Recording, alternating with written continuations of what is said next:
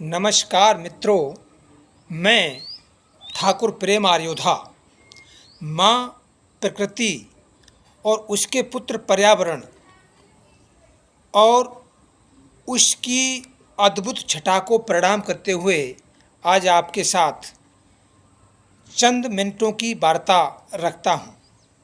और वो वार्ता है आज मेरी इस देश और समाज के अंदर खाने जो एक द्वंद्व चल रहा है। कहीं वाक युद्ध चल रहा है, कहीं लात युद्ध चल रहा है, कहीं तोप युद्ध चल रहा है।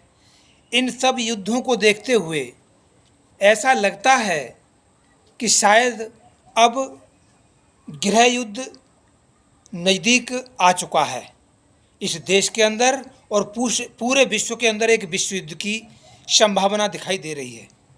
लेकिन विश्व युद्ध होगा जब होगा, लेकिन उससे पहले संभावना इस देश के अंदर गृह युद्ध की दिखाई दे रही है, प्रतीत हो रही है। और वो मैं ये बात क्यों कह रहा हूँ आपसे, वो बात इसलिए कह रहा हूँ कि आप देख लीजिए, हर समाज अब धर्म से चलते चलते जाति और संप्रदाय तक ये आग फैल चुकी है। अभी आपने हाल ही में सुना होगा, एक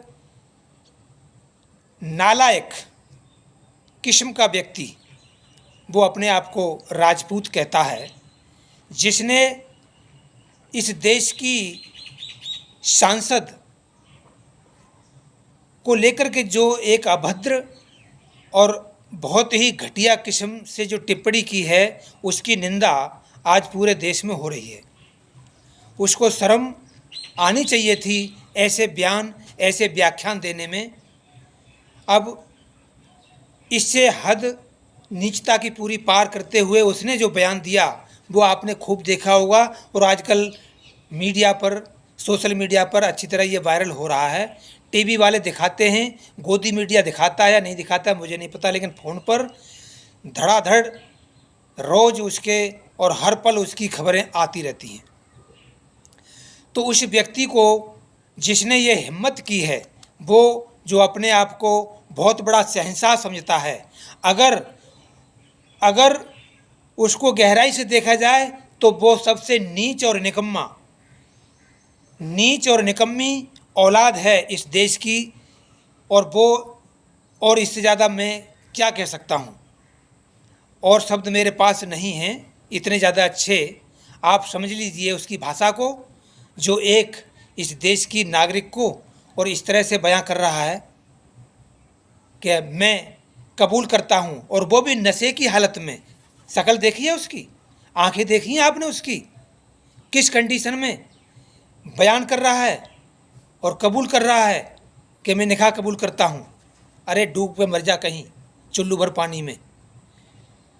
बहुत सारा पानी नदी नालों में आ चुका है चौमासे के सीज़न में। अगर ऐसा व्यक्ति समाज के बीच में आ जाए, सरकार ने एक्शन लिया है या नहीं लिया है, और सरकार को एक्शन लेना चाहिए, नहीं तो समाज एक्शन ऐसा ले देगा कि उसको पता भी नहीं चलेगा कब क्या हो गया। बहुत भयंकर बात है। ऐसे ही और अन्य समाजों में भी ये विवाद बढ़ता जा रहा है। अब सारी सीमाएं लांघकर ये घटिया किस्म के लोग अपने आप को पता नहीं क्या सिद्ध करना चाहते हैं। मैं तो एक ही बात कहूँगा, मैं बहुत दिन से कह रहा हूँ कि इस देश में 90% अगर क्राइम आज होते हैं तो उनके पीछे नशा मिलता है। चाहे वो सामाजिक क्राइम हो, चाहे वो ऑन रोड क्राइम हो, चाहे वो कैसे भी क्राइम हो, चाहे वो मर्डर हो, हत्याएँ हो, कुछ भी हों, डाके हों, चोरी हों, सब ये नशे की कारण इस देश में अफरा तफरी मची हुई है आज। तो भारत सरकार, समाज सरकार इस बात पर गंभीरता से चिंतन करे, या तो इस देश के ये ठेके और नशाखोरी बंद कराई जाए। अगर ये बंद नहीं होगी तो इस देश के अंदर, समाज के भीतर अत्याचार, दुराचार, अन्याय और अपराध ये बढ़ेंगे, घटेंगे नहीं। सरकार कितने ही कोर्ट बिठा ले, कितनी ही सुरक्षा तैनात कर ले, लेकिन ये अपराध नशा के चलते रोक नहीं सकते हैं।